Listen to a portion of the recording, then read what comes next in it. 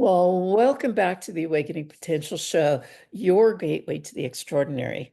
I'm your host, Karen Rudolf, and I'm here to support you in stepping into your sassy confidence, your Mhm. classy wisdom, and your badassy brilliance. Because awakening your potential isn't just a moment, it's a movement. Here we dive into powerful stories, soul-stirring tools, and game-changing strategies that spark transformation in your life, your work, and the world around you. So grab a notebook, open your heart, and let's light the inner spark within you. Today, I'm beyond excited to introduce someone who truly embodies the journey. Our guest, Beatty Carmichael, is an author of Prayer of Freedom, who is dedicated, excuse me, to supporting people break free from chronic pain, mental health struggles, and addictions, and more. He teaches at one of the largest addiction recovery centers in America, which is home to over 500 women. While working with these women, he developed a unique three-step approach to prayer, one with an astounding 87% success rate in setting them free from their struggles. So get ready for a conversation that will leave you inspired, uplifted, and ready for bold action in your own life. A warm welcome to I just We're having a senior Hey, moment or something here. oh my God. It's that bee that stops me. That's right. You That's know, right. it's that. I have to admit that I cause a lot of women to choke up. So, and maybe disappear even for our But come audio back. listeners. Yeah, Karen's video, she literally disappeared off the video while the background stayed there. It's like she's a ghost. She's in and out of this. She's going in and out of the earthly realm to the spiritual realm, back and forth, and you can't tell when she's going to appear or not. So, Oh, welcome. Betty, welcome. And my apologies. I'm such a visual too, and it was just like, I love it. I love it. So if you're on the audio version of this and there's a video version, you definitely need to watch the video intro of this. It's really kind of funny. But I like, think we're going to have a good show. This is going to be fun. It's already starting to be in a fun direction. Um, absolutely. so thanks for having me on your show, Karen. I'm real excited about sharing some of the things I've been learning and how people are being set free from things they've been struggling with for years with no end in sight. I love that. I love that. And this is one of those conversations that are really near and dear to my heart as well. But before we start and go into the present, I'm always curious, going back, looking back, like, what did you do and what did you love before the world told you who to be? Um, that's a good question. I'm not sure I've ever struggled. I don't mean this disrespectfully. I'm not sure the world ever told me to be someone else. But um, but I do know that there was a long period of time that I didn't know who I was, right? And I think Mhm. it was just as we stumble through life and struggle and figure out what am I doing here? What's my role? And how do I make sense of everything? Sort of like a newborn colt. You know, he's on his feet, but he doesn't really know how to use them. And that's kind of how it was for me until probably the mid 30s. I remember something shifted right in the mid 30s, and I said, ah, maybe this is what I've been called to do. And then something shifted in my early 50s, and it said, no, I've been called at a higher level, and this is what you're called to do. But they're progressive stages in life that's kind of brought me to kind of having a greater picture of who I really am. Nice, nice. So what was that shift? Like what were you doing prior to the shift, right? Yeah. And was it related to that moment in time? Yeah. So the two shifts, one was trying to make a living. And I saw all my friends graduate from college and have nice houses and nice cars, and I had nothing. And I kept saying, "There, but for me, go I." You know, And then something shifted. I started a business. I didn't mean to. God just kind of put me in this business and it really took off. And I thought, oh, well, maybe this is where all this training of struggles have led to. And then the biggest shift, it was equally as big, but huger, happened about 8.5 or 9 years ago when uh, I had this urge just to start praying for people for healing. And it took me 6 months to actually get up the nerve to do it. And it was October 2016. And I started going out to Walmart just saying, hey, you got a cane or you're in a scooter. Are you in pain? Do you anything I can pray for you on? And as I started praying for people, a third of them were instantly healed. I mean, like within just minutes. Within a year from that, as I continued to press in, I was seeing 90% of the people I was praying for instantly healed. And this is things like all kinds of back pain and sciatica and headaches and glaucoma and blinded eyes and deaf ears and uh, post-surgery trauma and all kinds of things that just defy logic and defy the natural. And it was almost like a rush because it's like, this is number one, this is really cool. But number two, I'm helping people. And I actually come from a line of 7 generations of medical doctors who are focused on helping people recover and get healed and restore their life. So that was the big shift.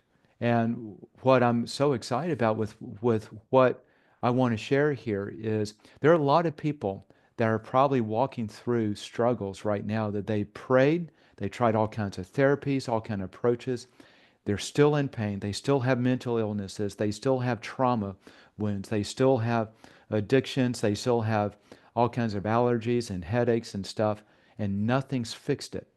And what I'm finding is there's a process, if you take it from a spiritual side of things, that there Right. are spiritual roots, that if you can understand them, apply them, you will find instant success. In fact, what I'm measuring right now is nearly 90%. Technically, it's 87% success rate of taking people through this. Everything that they have on it, I have them make a list, and everything on that list that they're struggling with that is just not right. I'm finding 87% of those people getting pretty much everything on that list just going away in less than a week. So it's Right. really kind of cool. And that was a big shift for me. Yeah, wow, I can see where that would be. Wow. That must have been, what, were you shocked by that when you were getting the Yeah, results, I or was real. they, oh, I'm still here. My phone keeps going in and out. Forgive me. I'm actually on my computer, but for some reason it keeps shifting to my phone. So please continue. And Okay. for those who are listening, they'll really get it. And for those viewing, my apologies in advance. Technology. Yeah, welcome to this wonderful world of technology. Um, so your question was I shocked with all of this? Like, as you saw this happening, I mean, it wasn't like you were groomed or went to college, No. right? I mean, like, Yeah. I was shocked. I had grown up, I was at a legalistic church at this mhm, time. And so I go to, and in the Christian church, you believe in God and Satan, right? They're kind of the opposing forces stuff. mhm. And so I go to my lead pastor. This is a mega church.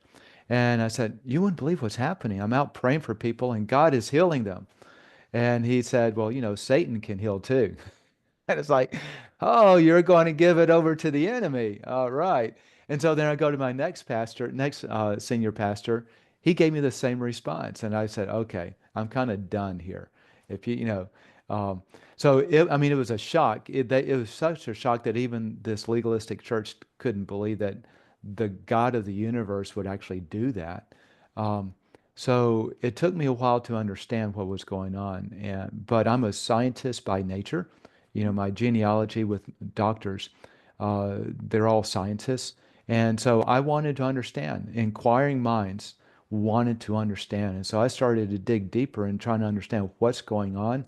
And that opened up a whole new world for me, Karen, in understanding how we live in this physical realm, but how intimately tied it is to the spiritual realm. And the spiritual realm is governing so many things that happen to us here. And yet we don't understand it. And medical science doesn't understand it. So that was the biggest shock, and it's still like, oh my gosh, more and more discoveries of how it all works and how to apply it in our lives. I love that. For the listening audience who I'm going to, for lack of better verbiage, the layperson, the person who Yeah, isn't really spiritual, doesn't really necessarily go to church, how would you explain that to somebody and possibly enroll them in a possibility of what's yeah. doing, what's possible? So I want to be real clear. This is not a church program. This is not about religion. And this is the coolest part. You're talking about the thing, what was shocking? What surprised you? What surprised me is there are spiritual laws that you can measure empirically using scientific approaches that are governing our lives. And so the message for those who don't go to church, which is most of the people that I've led through this program, right? And just for so I let me catch it real quick and go back to your question because I think this is important. I'm not praying for people anymore. Is for whatever reason I was hitting 90% for about 5 years, and then all of a sudden it disappeared. And I prayed to the God that I prayed to, and so what happened? He said, I took that gift away. I said, why? You know, it was helping so many people. He said, because now I want you to understand it by spiritual laws alone. Mm. And so I started to press in, and I started to uncover lots of little different laws that actually impact our health, impact our pain, our mental conditions, our addictions, and things of that sort, even our relationships and the conflicts that we go through, and started to put together, map out a process that when you follow this process, you consistently get these results. So let me see if I can explain this. I'm going to describe it for our audio listeners, but for the video, you can see it. Right now, I'm holding up my pen. And if I were to let go of my pen, it drops. And every time I do it, it drops. And Karen, if you were to do the same thing on your end, your pen would drop. So Right. now, through empirical data, using a scientific approach, we can measure there's something called gravity. We can't see it, but it is a law. You Right. can do the same thing with spiritual laws Mm. by going through the same process of how you handle, from a spiritual standpoint, your physical issue, and then your physical issue disappears. You go take everyone through this process, and almost every case that the physical issues disappear. I ended up writing a book. You mentioned it on the intro, thank you. But the book is called The Prayer Freedom Book. You can find it at theprayerfreedombook.com.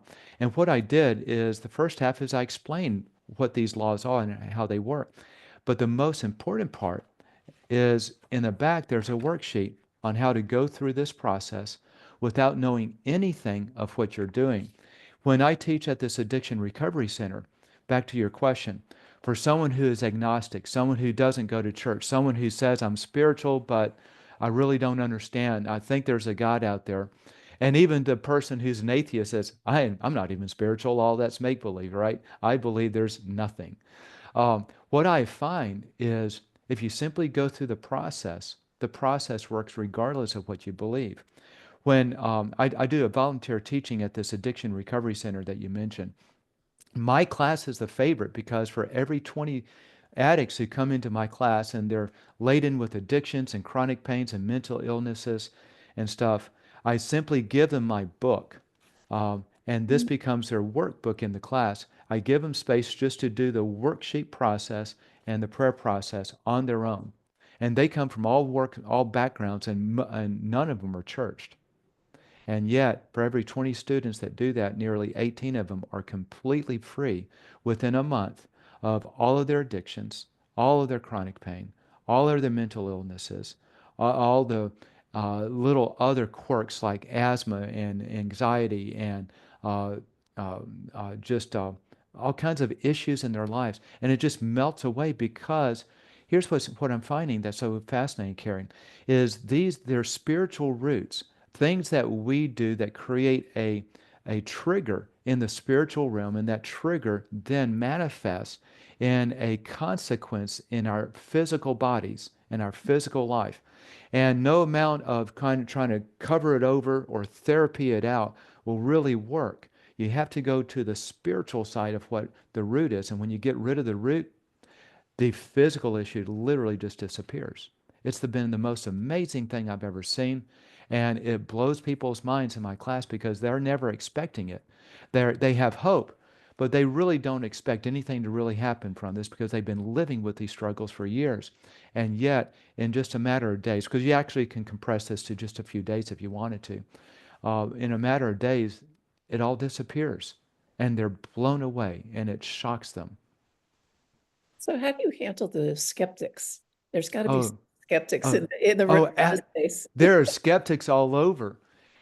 The way I handle it is I say, so in the scientific world, you have what's called peer-reviewed studies.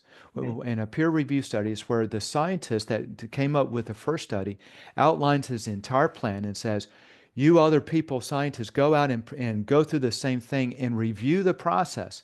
And with peer reviews, it's now confirmed as a fact. So for the skeptic, do a peer review.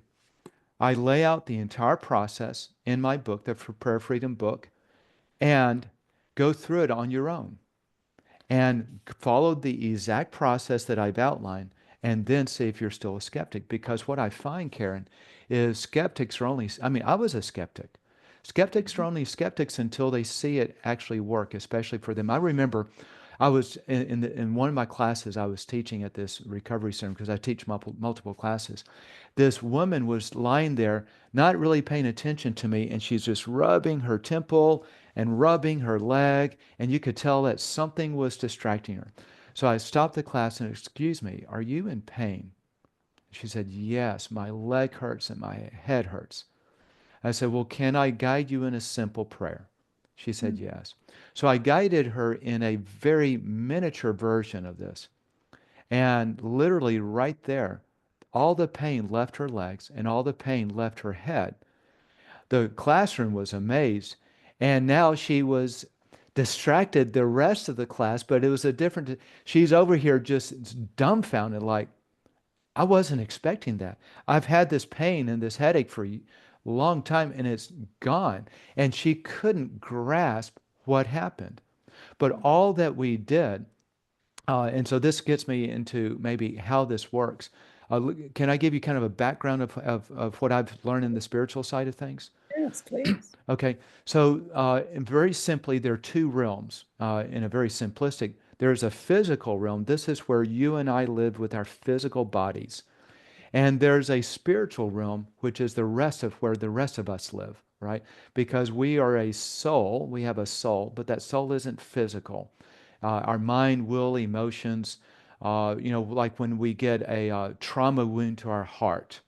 Well, Mm. you can't open up my body and look at my physical heart and see a wound on the heart because it's something that's in a different realm. Our emotions actually are in a different realm. Science starts to prove this out to a degree. But when you come from that perspective that we're operating in two realms simultaneously, then what I've come to learn is when we're created, this God, this higher power that created everything, places in our heart, sort of a spiritual heart, I could say, his standards. We call it a conscience. And this, when we do something we shouldn't do, we feel guilty about it. When we do something we should do, we feel elated about it. It's like this conscience is a guiding barometer in our life until we corrupt it. If we ignore our conscience and keep doing bad things, then our conscience kind of shrinks up and is no longer effective in our life. But what the conscience does is it shows us that there is a standard that this creator God, whoever he is, has placed into us to guide and direct us.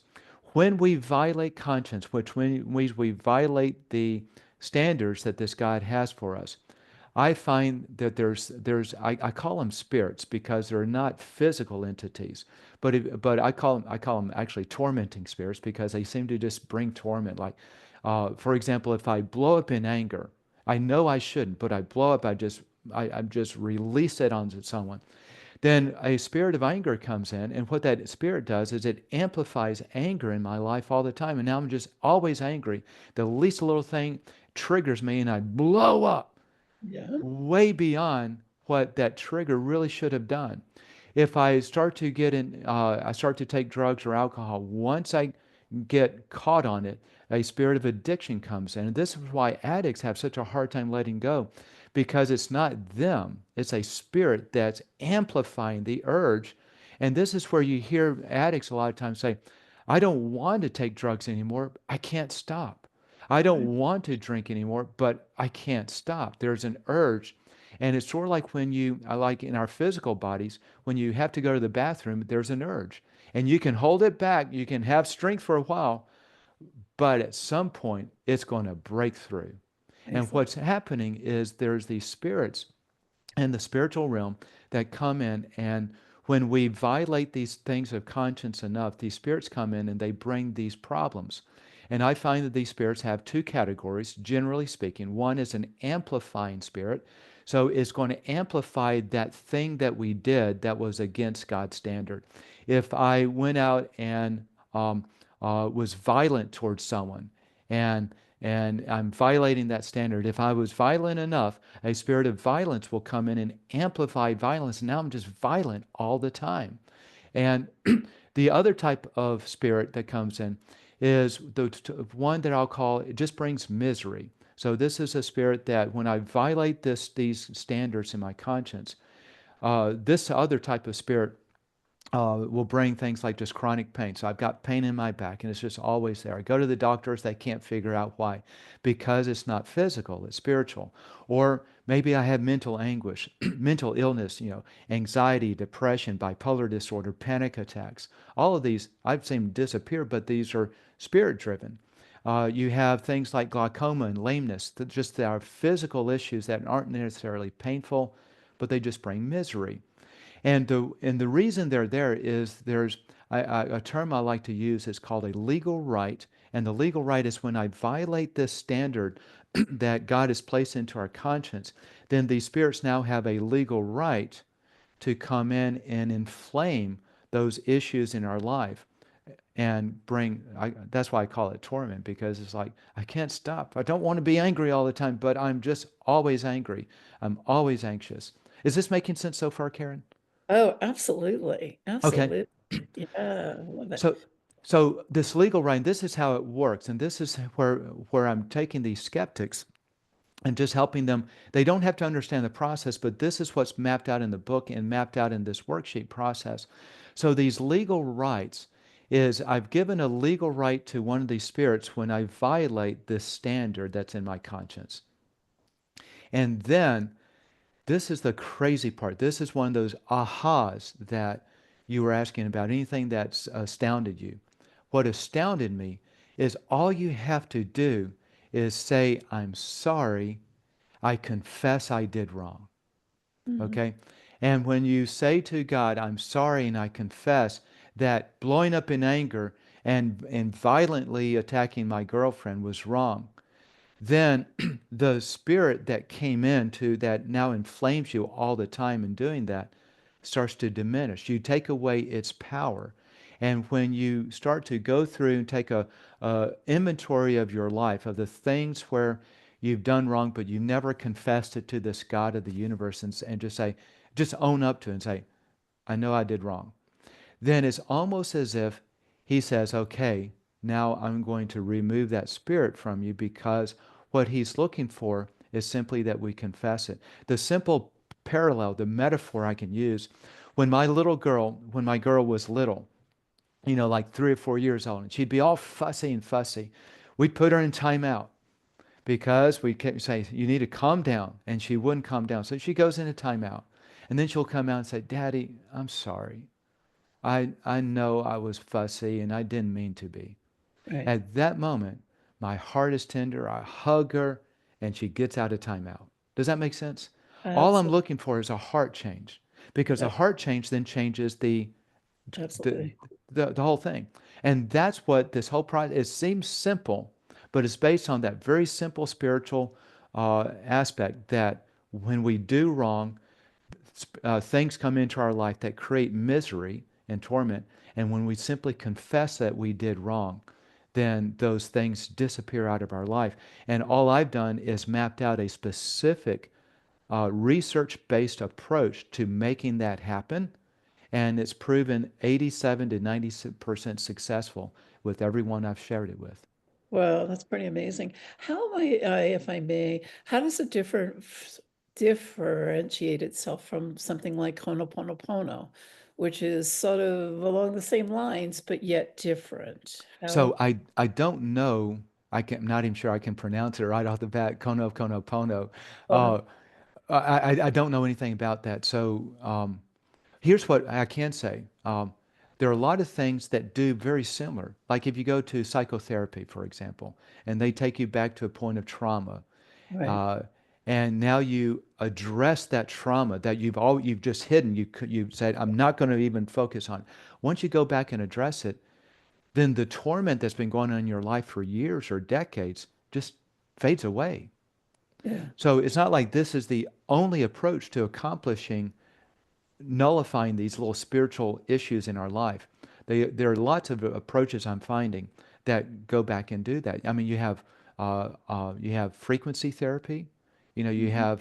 um, you have all kinds of things that tend to really work. So they're doing is they're tying into these spiritual laws. What I've mapped out is just a very simple, you know, if you can paint by numbers, you can go through this process and get Uh, free, you know, by doing the same thing. You don't have to understand it. So let me ask you this, if I may. Do you happen to have a version of your worksheet that perhaps maybe we can drop into all of your contact information is going to be in the show notes. But do you have a version of a, Yeah, I have a simplified version. I hesitate using. I used to use it a lot. Like I would take the show host and say, "Hey, do you have any chronic pain or anxiety or depression or glaucoma or anything like that?" And demonstrate on the show. And I can still do that here. It's a very simple process, but it's temporary. uh It shows simply the effect, the process working in real time. But what I find is permanent is you really got to address these roots at a deeper level. always But that temporary thing is a simple 3 steps, okay? And here's what it is. It's really easy. We can put this in the show note. I can email it to you as well. please? But the temporary approach is, let's say that you're dealing with a migraine and you just and so we're going to pray, and all prayer is to this higher power, right? It's how we talk to the higher power. We call it prayer, but it's basically just talking. And so you just and you pray out loud, and you just say, dear God, or dear higher power, I want to get rid of this headache of mine, these migraines. If there is something I've violated in your standard, or maybe someone that I need to forgive, because unforgiveness is one of these violations, then would you please bring it to my mind now? So that's step one. Mhm. Step two, whatever comes to your mind, you're going to say, I'm sorry. Now, I've studied the ancient Bible text to understand a lot of these spiritual laws, because that text goes back for like almost 5,000 years. And so there's a lot of spirituality tied into that. Right. And so the Bible word for this in the text is repentance, but it really simply means I'm sorry and I confess that I did wrong. It doesn't mean that you're gripped with grief, oh my gosh, or shame. It's just acknowledging it. So step two is to say, you know, I'm sorry and I confess that I did wrong on these things.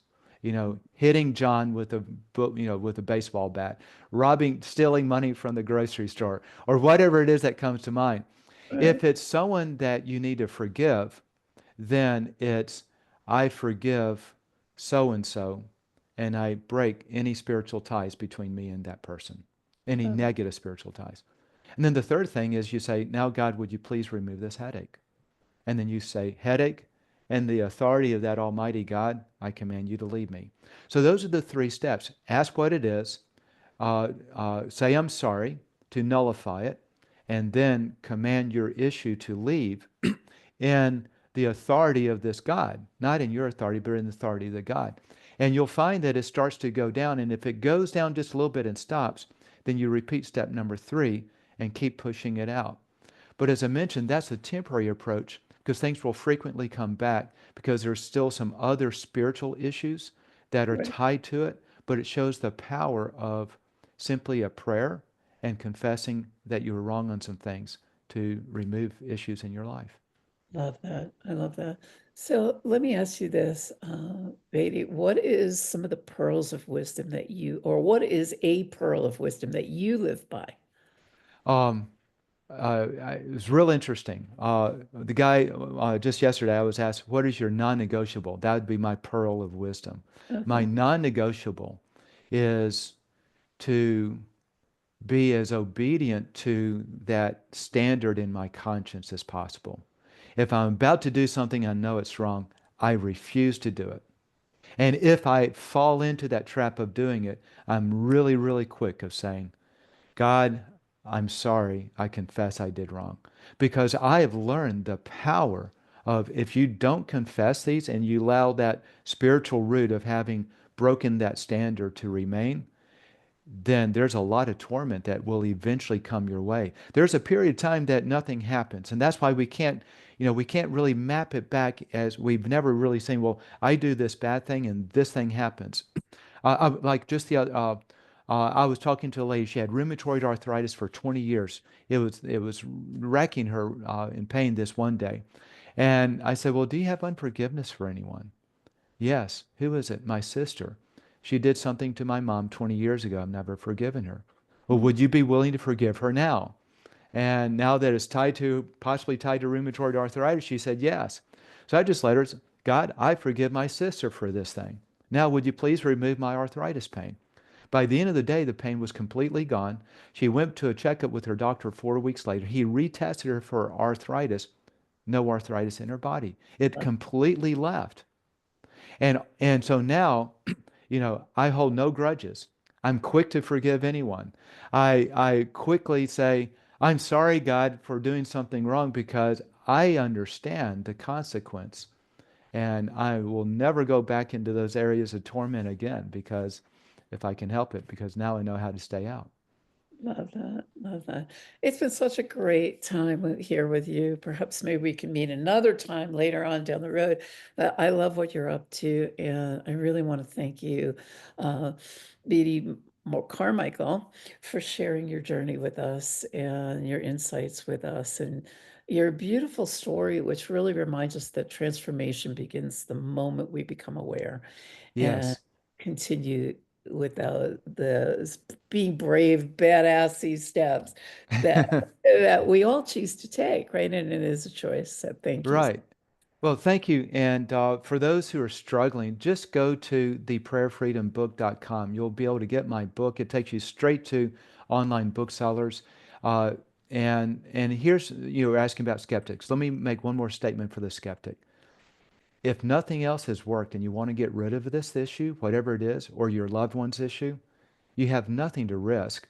The book, you send it back in the 30 days and you get all your money back. So it's a money back guarantee. It's going to work for you or you get all your money back. So try it and at least see if this process actually works because you'll be Uh, amazed if you do.